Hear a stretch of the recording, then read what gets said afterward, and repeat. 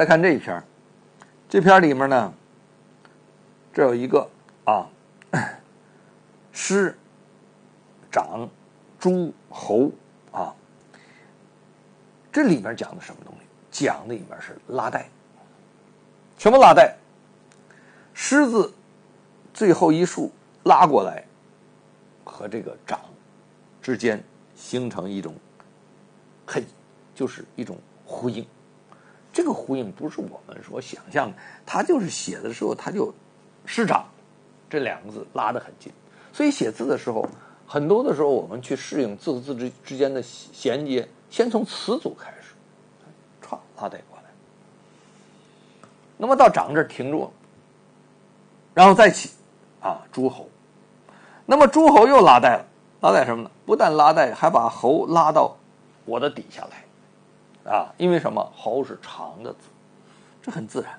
但是我們看諸字左側就比這個長，比這個長傾斜，這個旁邊拉出去，然後侯字呢上面又比諸字右側又往裡面收，所以長它停住了，然後諸侯你看它你從這種感覺裡面你就能感受它這個字裡邊這種開合，這我們讀的時候就感覺到他在這裡面在講演呢，在講這個事情師長諸侯叫諸侯這它是感覺在一起的。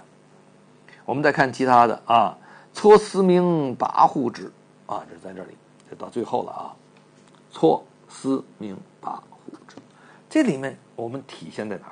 體現在它根據字形的不同，同時又加進去這個裡面疏密的一些變化。你比如疏密变化在哪裡？我们来分析一下首先每个字大家看每个字为什麼選這幾個字？這幾個字太有特點了，左右組成，上下組成，左右組成，左右組成，然後這個不是純上下半上下然後最後一個小的結束，之之呢也連接，之是銜接的。為什麼說蘭亭序裡面很多的之變化都不一樣？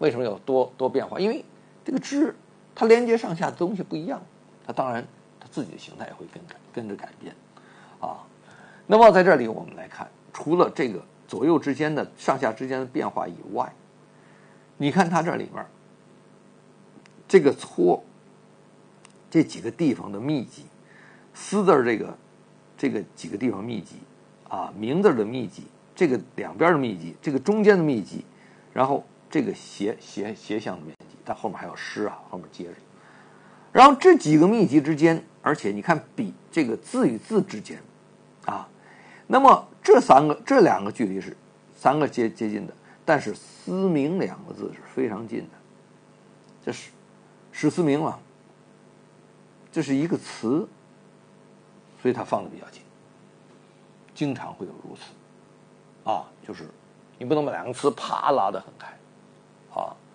就像我們說話一樣，就像我們說話一樣，你看就像我們連在一起說話重點，然後一樣，這就是加重了說話，而且把一樣給它搭配出來了。所以在這裡面撮絲鳴跋扈之勢，你看撮短停頓，絲鳴密集，跋扈之勢，這跟這個朗誦很有密切的關係，是吧？實際上他寫的時候就是這樣抑揚頓挫的。所以我們在寫的時候，一個內容拿來的話，我們怎麼去感受這個內容？然後我們得看懂內容，我們知道怎麼樣，甚至於我們默誦着它寫。我經常愛寫的時候，然後默誦着說怎麼怎麼這裡面還有一個則九合諸侯，在這裡則九合諸侯，諸侯又是像剛才那樣子他採取了一個這個和右和你看重心在這裡，但是呢，他把这個重心要放在這兒的話，這面就輕了，就抬起来了。那麼他落腳點在這裡。它這裡面出現一個什麼？就是泽字拉過來的九，九字拉過来这個和。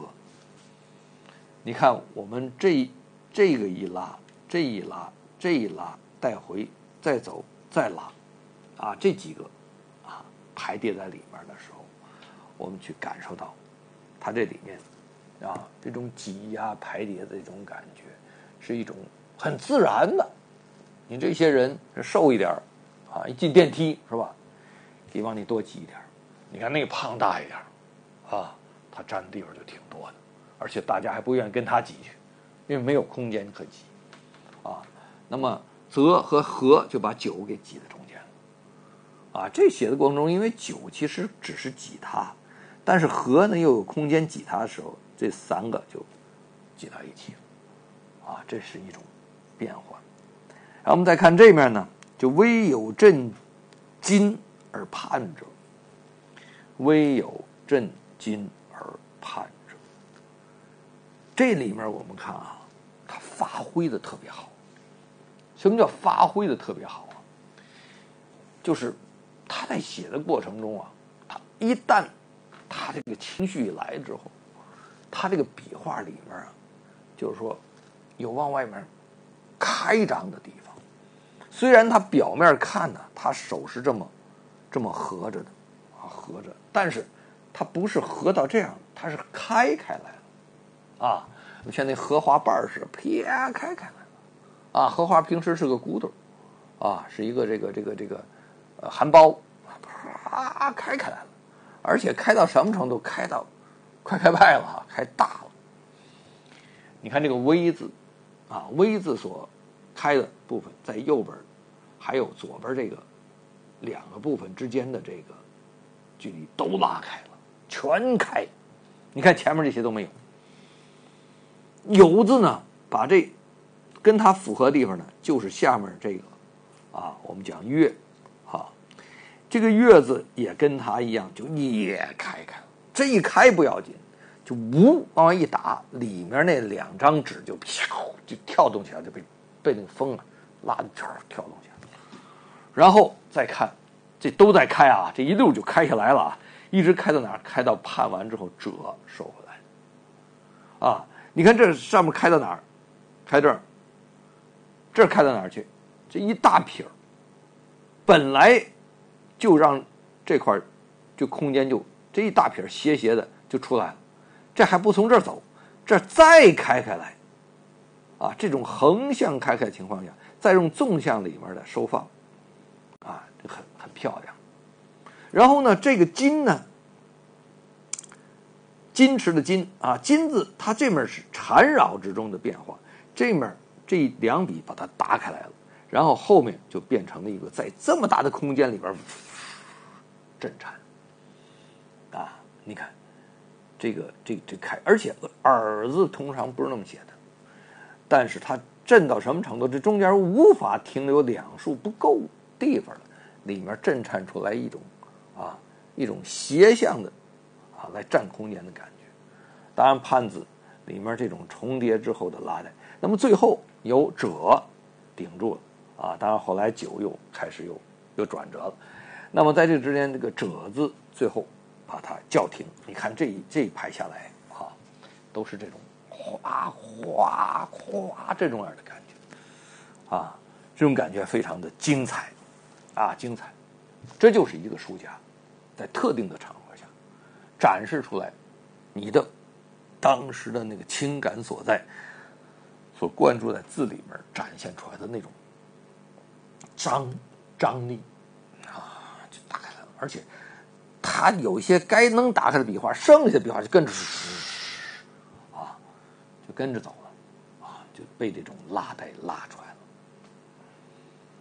那么再看后面的行百里这种笔画啊，行百里这种笔画的话呢，很明显看出来在平和之中的拉带。这三个笔画，三个字的笔画都是平的，没有一个笔画能拉出来斜的。然后他用这个行字斜上，然后就開始可以拉了。你行字要是這麼穩穩當當的拖下來，那就拉不動。行拉出来之後，這個百字的拉動靠中間这一撇接下面這個日字這一竖，如果把它一連在一起，它就斜了啊。所以百拉完之後，里字上面還被拉動，到底下就平穩了，因為这片就結束了。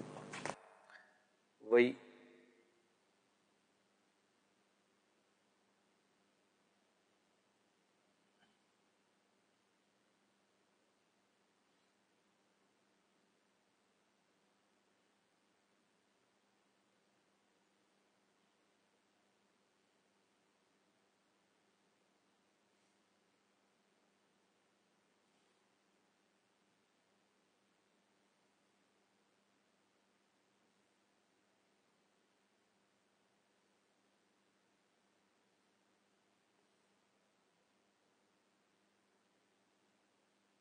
这是褶，他把这底下这个口这个顶在这个横上去了。这是行百里者啊，半九十。你看他这个半九十的拉带啊，这个褶字，你看是这么样拉，这么拉，然后半字是这么拉啊。这个九呢上去就够它，然后底下十里，看这个里跟刚才里是完全不一样了。看了这拉过来之後，這個里之後過來之後，它不是這麼走的里，它不是豎着里，它是這麼走的里。這個筆畫和誰較上勁兒了呢？這個筆畫和它較勁兒，它還不夠，還跟它再較勁兒，它還不夠，還有它這勁兒，它不夠，從這兒較勁兒。看到嗎？這筆較的這筆，較的這筆，較的這筆，較的這筆，這是折半九十里，行百里者半九十里，就這句話就從這兒來的。所以看它這裡邊這種交接，這就像個足字啊，像個足字一樣，變成一個字似的啊。這也像是半和者啊，像是一個字一樣啊，但是它當然不是一個字了啊。這種傾斜，這塊看出來它這個在書寫過程中這種自然的這種跌宕。有時候我寫的時候，我的感覺就是跟他當時寫的時候一樣的感覺。你要沒這個速度，你怎麼跟他一樣幹呢？是吧？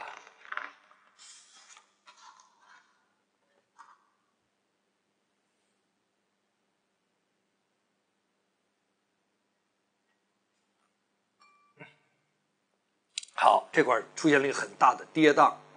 這個跌宕呢，我也寫不出來它完全的樣，就讓大家感受一點啊。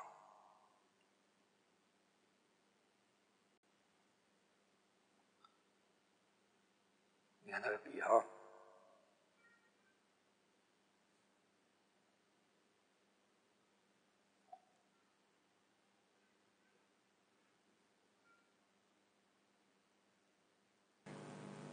這塊呢是我們一個壓縮的一個範例，很簡單啊。第一呢，這個肺做了這種橫向走的壓縮。那麼此做一個壓扁的壓縮啊，此這個做下之後就成像什麼像挑了一豬肝的麵條一樣啊，這種感覺了。但是也很精彩，其實很精彩。你看它壓縮成什麼樣，它那幾筆，那個筆的筆意和字的字勢啊，依然能夠讓它很清楚的看見，它就是此字，這就是個此字。啊，無論是從上下文連接，根本不用從上下文連接，就看那字。為什麼？因為它裡邊心裡雖然被壓縮了的形狀，但它心裡頭就在完成一個此字。像它這種擠壓，這種擠壓非常精彩，非常精彩。這是一個人隨機的一個應機的表現。王羲之在做這種動作啊，很多人只要是大書法家，他在做這種動作的時候，往往比他寫正常字還精彩，所以好多人就去學這些東西，沒必要。這種東西我們總能碰到，我們不能天天碰到危機啊。但是我們碰到危機時候，我們處理的時候，就看到我們的功力啊。於開府在這兒，余開輔及譜頁啊，当然最多還可以加一個帥。這塊地我們看是一個什麼感覺？它是一個中等大小的字，但是產生了一點擠壓的錯落，叫擠壓的錯落。為什麼余開擠到一起了？啊，輔還不明顯，但是輔和及擠到一起了。啊，這個譜頁呢，沒有完全擠在一起，而且啊姿態也挺好，但是譜字和及，也就是中間這個及，產生了一種擠壓的感覺。啊，那麼這種擠壓的感覺呢，就是說，它完全是用一種輔和及之間、及和譜之間，啊，這種形態變化，它就產生了一種有點直接接觸性的啊，沒有接觸到，但是直接啊影響到了這麼一個形狀的表現。而且大家看呢，它这個開字，從開字開始啊，左側這一豎它就短，你看左側短，然後這一點也短，那它是一個不協調的動作。那麼輔字也好，這一撇也短，那麼及字這一撇本身也短，那譜頁的譜字呢，這一點短，頁字呢，這一點這一撇短。你看他這種，你說怎麼會出現這種情況？是有这种情况，就是他在寫這個的時候，一段時間他的感覺被帶到這個漩渦裡的時候，他出來之後是這樣的，這樣的話，它周邊就協調，它周邊之間就產生協調感，就是一致性。當然前後上下不完全一樣，它又進入到別的，就跟寫詩一樣，寫詩寫着，你就長詩啊，你沒有從頭到尾是一個韻的，你要換韻，過一段時間換韻了，啊，它隨着換韻，尤其像李白這種啊詩仙一類的，走着啪換了，走着啪換了，換的你都感覺不到很舒服啊，因為就是你走着這步，走成這步了，一走着又走成這步了，它換了韻，這個部分的韻就是這種缺點的韻，它就变成这样的，很有意思，我們拿出來分析一下。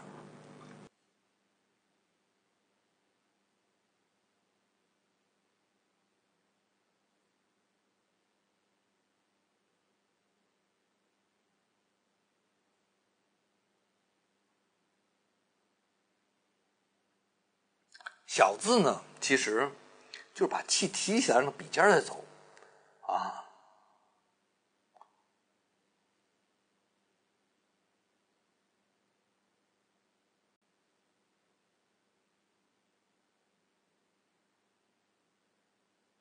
换了小字有点看不见了，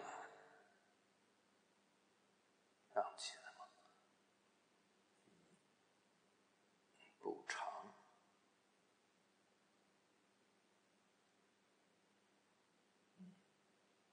最后并位，看不见了。而是这种感觉，所以你如果能得到它这种感覺更妙一些啊。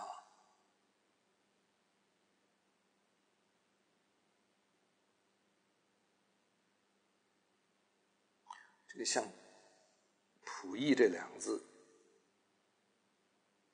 我根本絕君之事哉幾個字，這個充分的體現到啊，就是言字的這種疏密感。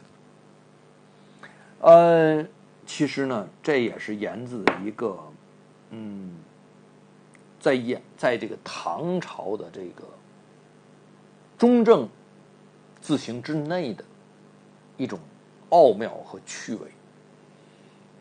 它是看似方正，實際上裡面疏密在微妙之間。唐楷基本都是這樣，所以唐楷的一種高雅，唐楷的一種端莊，他為什麼唐楷就寫不死？你怎麼一寫就寫死掉了呢？寫僵化呢？寫匠氣了呢？因為你沒有感受到精妙。但是唐凱偶然在這種自然書寫之中，因為自然書寫它是一個人，就像一個人在這裡面啊，跟你在聊天一樣嘛，所以它不是那麼特別遣詞造句，注意形體，注意這種装束注意語言，注意这個儀表，不是這樣，它是稍微不經意的，但是不經意才流露它的喜惡。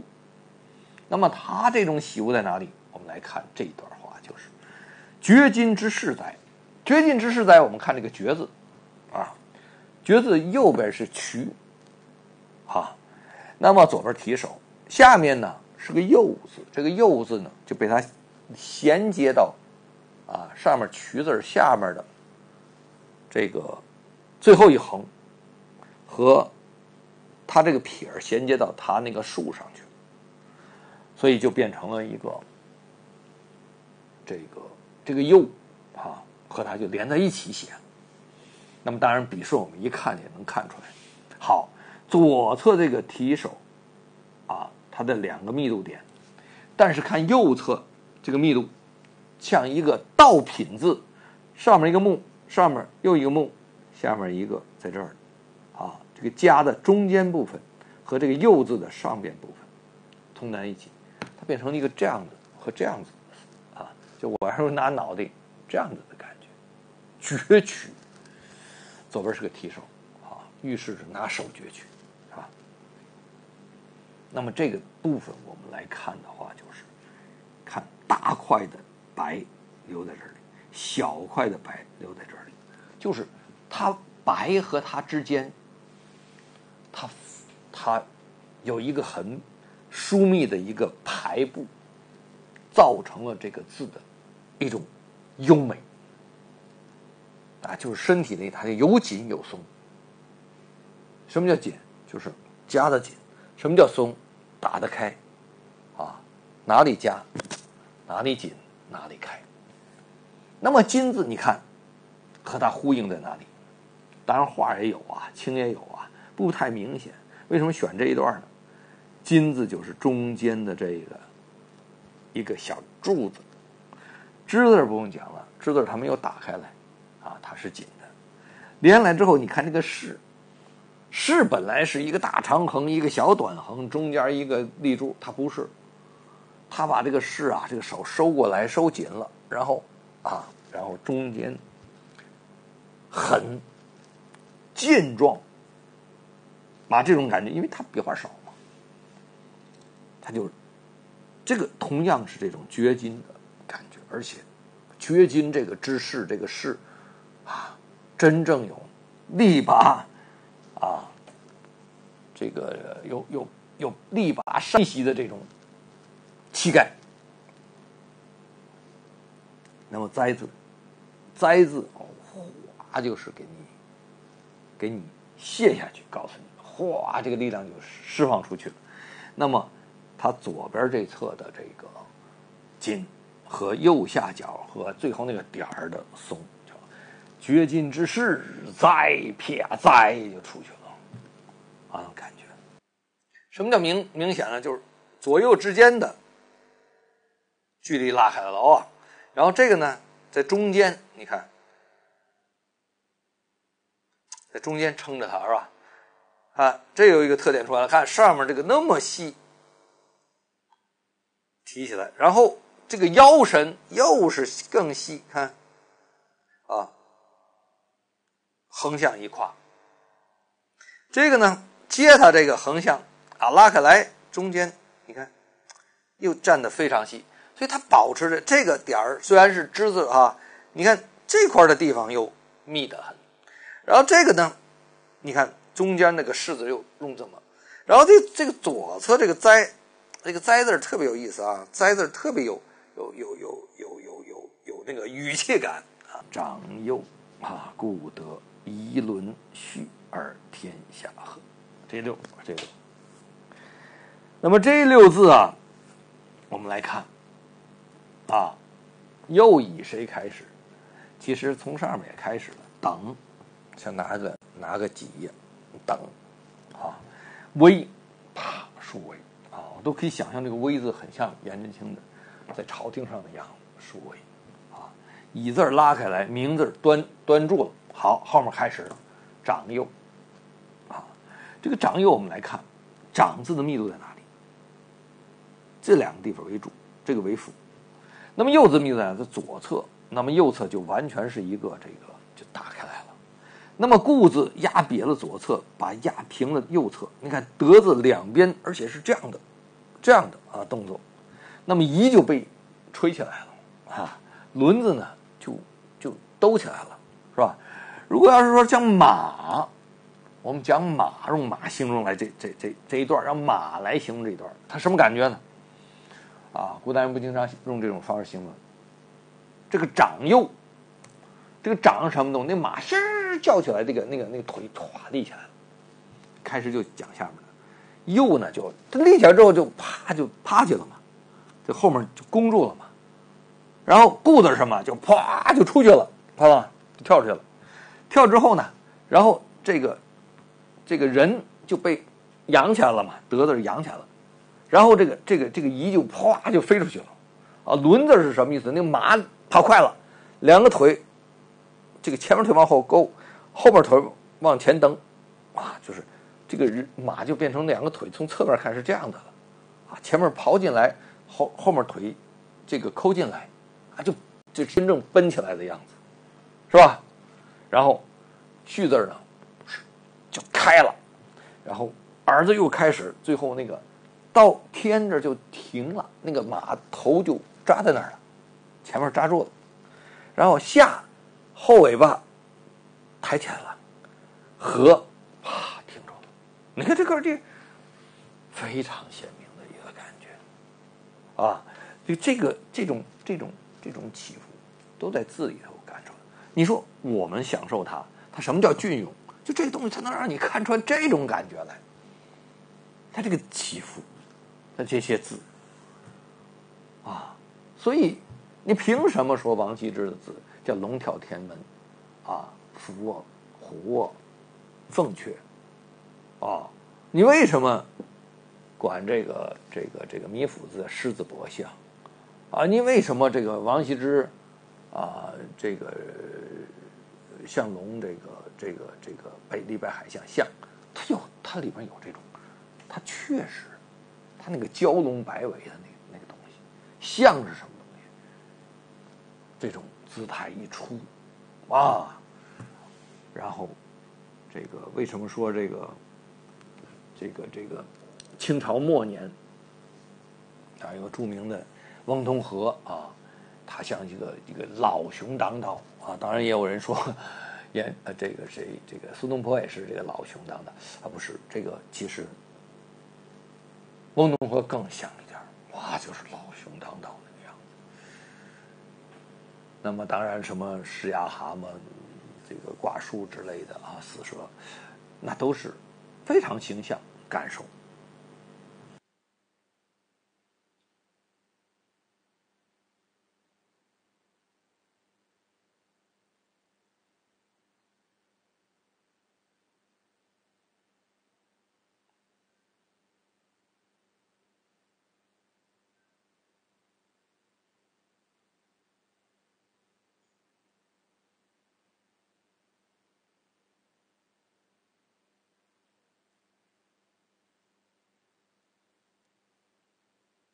這裡面還有一段呢，就是用這種很小很小的字啊，叫從古已然啊，從古已然。你看這幾個，這完全是就是被壓縮的字啊，這壓縮，因為後面的這點地方他想把它寫完了啊，他沒多大地方，然後他就壓縮了一下。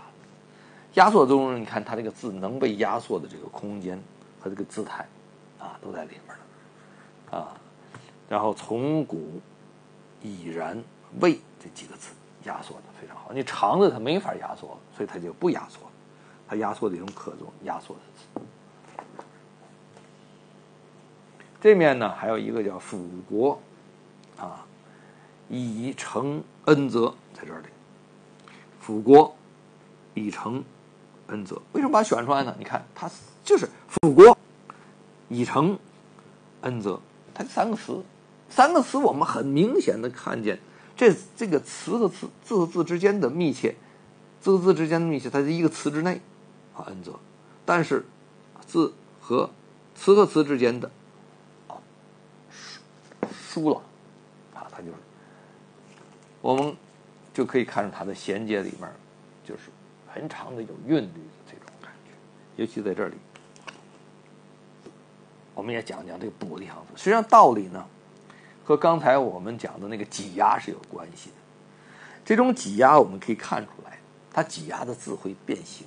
為什麼？因為這個形狀不大，就那麼大地方，這空間不大，所以它擠壓。擠壓呢，它就必然變形。擠壓怎麼變形？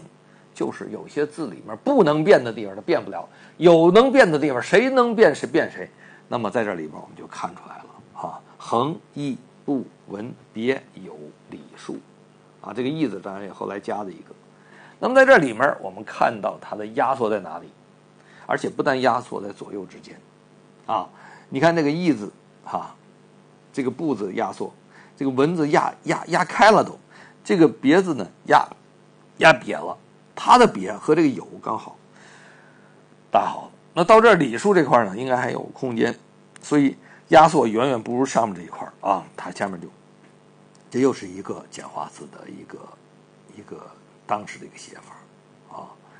跟顏真卿很願意寫講啊，那寫就說明平時的常寫，那麼數字呢就拉得比較開，但是這次可能又在後面再加的，所以呢跟它就關係就不密切了。